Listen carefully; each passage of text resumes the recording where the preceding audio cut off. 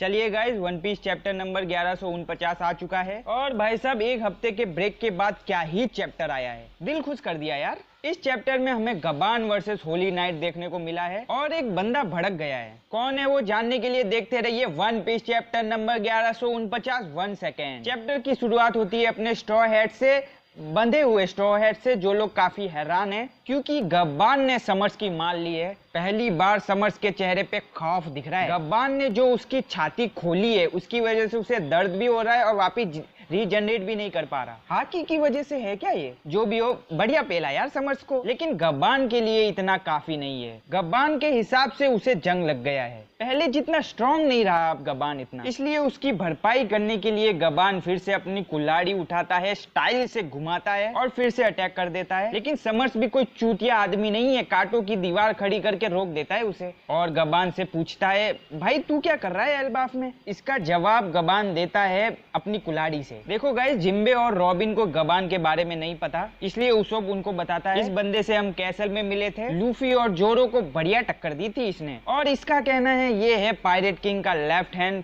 ऊपर गब्बान और ये कोलन का बाप है। तो गब्बान अपने स्ट्रॉ हैट की तरफ ही है, इसलिए रॉबिन अपनी पावर से उसकी थोड़ी सी मदद करने की कोशिश करती है, लेकिन जिम्बे रॉबिन को रोक देता है क्योंकि उसके हिसाब से रॉबिन की पावर उसके आयरन थ्रोन के सामने ज्यादा कुछ कर पाएगी नहीं, इसलिए शांत हो जा बहन, उसको करने दे। इसके बाद हम गब्बान वर्सेस समर्स की फाइट पे आते हैं, जहाँ पर समर्स ने अपना अटैक कर दिया है थ्रोन रस, hell of the crimson lotus, लेकिन अपने भाई को थोड़ा सा भी फर्क नहीं पड़ रहा है। भाई को थोड़ी सी जल्दी है, इसलिए सारे कांटों को काटते हुए समर्स की तरफ बढ़ता है और समर्स भी अपने हथियार के साथ पूरी तरह से तैयार है, आजा बढ़ ले। लेकिन स्कूपर गब्बान शायद कुछ ज्यादा ही जल्दी में था और डैम अगले ही पैनल में समर्स के कंधे जितना भाग अलग हो जाता है और ये करने के बाद गब्बान जमीन पे लैंड होने की कोशिश करता है, लेकिन जमीन पे कांटे बिछे हुए हैं, लेकिन किसी तरह उनसे बच जाता है और जमीन पर लैंड करके कोलन को बचाने के लिए भागता है। ये तो कुछ ज्यादा ही कैजुअल हो गया। अपने भाई लोग कितना स्ट्रगल कर रहे थे होली नाइट्स के सामने, लेकिन इसने तो बस मजे मजे में ही पेल दिया।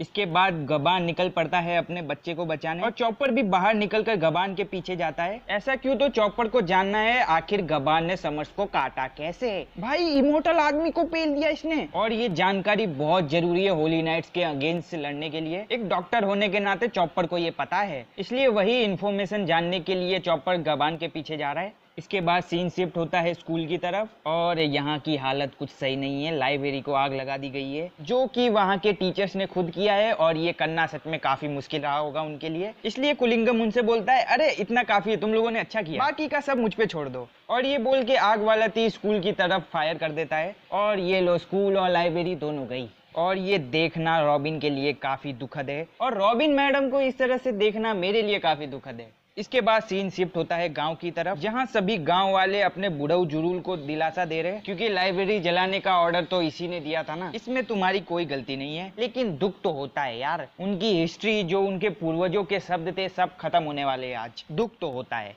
इसके बाद सीन शिफ्ट होता है गुनको की तरफ, जहाँ कुलिंगम गुनको से बोलता है मिशन कंप्लीट, लाइब्रेरी को आग लगा दी गई है, इसलिए गुनको भी रोनिया को वापस आने को बोल देती है, चलो खुश हो जाओ, तुम्हें नहीं गिराया जाएगा। लेकिन ऐसे समय में कैसे खुश हो सकते हैं, उसको बचाने के लिए उसका स्कूल जला दिया गया है। रोनिया सबसे सॉरी बोलती है क्योंकि उसकी वजह से सब कुछ जल रहा है, सारा ब्लेम खुद पे ले लेती है, लेकिन चिंता मत करो मैडम, कोई तुमको ब्लेम नहीं कर रहा। इसके बाद गुनको नोटिस करती है कि उनकी तरफ कोई आ रहा है, जो और कोई नहीं स्कूपर गब्बान है, जो गुनको की तरफ तेजी से जा रहा है और बोलता है culture, history, children, even military, तुम्हारे पास कोई हक नहीं है एल्बाफ से ये सब छीनने का। गुनको भी गब्बान को पहचान लेती है, पायरेट किंग का क्रूमेट, लेकिन तुम्हें पता है ना ज्यादा बकचोदी करने से हॉस्टेज मर भी सकते हैं। लेकिन गब्बान उसकी बात को पूरी तरह से इग्नोर कर देता है, चिंता मत करो कोलन, मैं आ गया हूँ, ये बोलकर गब्बान अटैक कर देता है गुनको पर, लेकिन गुनको अटैक को डॉज करके भाग लेती है अपने एरो पे बैठ के कोलन की तरफ, और कोलन बन चुका है हॉस्टेज। इस बार सचमुच हॉस्टेज बना है, भाला उसकी गर्दन की तरफ एम हो रखा है। अगर तुम यही चाहते हो तो कोई दिक्कत नहीं, मार देते हैं इनको। और इस बात पे काफी सीरियस लग रही है उनको। तो क्या करेगा अब गब्बान? उसके पास आखिरी मौका है, उसे जल्दी करनी होगी एल्बाफ को बचाने के लिए। ये आखिरी मौका है, इसलिए गब्बान कोलन को स्ट्रॉन्ग बना रहने के लिए कहता है मुझे बस 1 सेकेंड दो, बस थोड़ा सा दर्द और मैं तुमको बचा लूंगा। लेकिन गुनको का इरादा थोड़ा सा नहीं, हमेशा का दर्द देने का लग रहा है। इसके बाद गबान को याद आता है जब कॉलन पैदा हुआ था। This is a treasure of life time. लेकिन फिर भी गबान नहीं रुकता, वो चलता जाता है, उसे एल्बाफ को बचाना है। तभी वहाँ रिप्ले भी आ जाती है, उसे अपने बच्चे की चिंता है और गुनको भी कॉलन के गले में छेद करना चालू कर देती है। अगर गबान यहाँ रुका तो सिचुएशन और वर्स्ट हो जाएगी, अगर नहीं रुका तो भाला कॉलन के गर्दन के आर पार होगा। गबान को चुनना होगा एल्बाफ और उसके बच्चे के बीच में से किसी एक को, और गबान चुनता है अपने बच्चे को। गबान अपने हथियार फेंक देता है, प्लीज स्टॉप, मैं हार मानता हूँ। और गुनको को यही तो चाहिए था, सच ए वीक बीइंग बोलकर गुनको अपने 3 एरो को गबान के आर पार कर देती है। और इसी के साथ सॉरी कॉलन बोलकर गबान अंडरवर्ल्ड में गिर जाता है। जब बात अपने बेटे पे आती है तो पायरेट किंग का क्रूमेट भी कमजोर हो जाता है भी। लेकिन चिंता नहीं, अंडरवर्ल्ड में अपने भाई लोग बैठे हैं। वहाँ पर जड़ है जो डॉक्टर है, तो ठीक तो कर ही देगी। और जैसे ही एल्बाफ की सिचुएशन के बारे में लूफी को पता चलेगा, फिर तो एल्बाफ को बचाने खुद नीका आएगा। लेकिन अभी के लिए कॉलन का डैडी जा चुका है और कॉलन बस डैडी बोलता रह जाता है। लेकिन ये डैडी वर्ड गुनको की कुछ मेमोरी ट्रिगर कर देता है, जहाँ पर एक लड़की अपने फादर को पुकार रही है। गुनको हैरान है, ये किसकी मेमोरी है बे? इसके बाद हम एक और पैनल देखते हैं जहाँ ब्रुक एक छोटी लड़की के साथ है। गुनको की मेमोरी है तो गुनको ही होगी वो छोटी बच्ची। उन दोनों में से एक जन बोलता है मेरा सपना है पायरेट बनने का। किसने बोली ये लाइन कह नहीं सकते, मेरे ख्याल से तो गुनको नहीं बोली है। इसके बाद गुनको को याद आता है उसने ही तो ब्रुक को बांध दिया था, इसलिए उसे बचाने के लिए निकल पड़ती है। लेकिन तभी गुनको फ्रीज हो जाती है क्योंकि होली नाइट से कोई डायरेक्टली बात कर रहा है उनके माइंड से, जिसकी आवाज सुन के समर्स और कुलिंगम की फट गई है।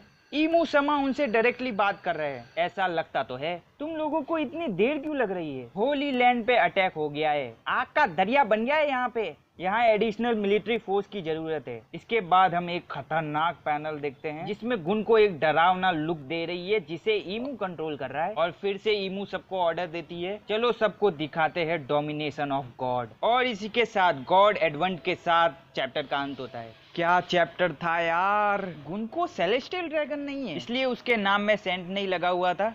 लेकिन किसी बाहर वाले को होली नाइट बनाने की जरूरत क्या थी उसे कंट्रोल करके? गुनको के पास कुछ स्पेशल पावर है क्या? और गुनको और ब्रुक के बीच में कुछ स्पेशल रिलेशन है? हाँ, तभी तो गुनको को ब्रुक का म्यूजिक पसंद है। इस बार तो हमें पक्का ब्रुक के बारे में और जानने को मिलेगा। और ये होली लैंड पे किसने अटैक कर दिया? रेवोल्यूशनरी आर्मी ही होगी और क्या। लेकिन उनके पास इतनी पावर है क्या, इतना कि उन्हें और मिलिट्री की जरूरत पड़ रही है? भाई साहब, लगता है इस बार कुछ बहुत बड़ा हो रहा है और गबान के लिए बुरा लग रहा है। इस चैप्टर में काफी चमका लेकिन आखिर में अंडरवर्ल्ड में गिर गया। लेकिन चिंता नहीं गाइस, सब कुछ कंट्रोल में है। एक बार अपने भाई लोगों को बस पता लगने दो सिचुएशन के बारे में, फिर इन लोगों की खैर नहीं। तो बस आज के लिए इतना ही, बाय।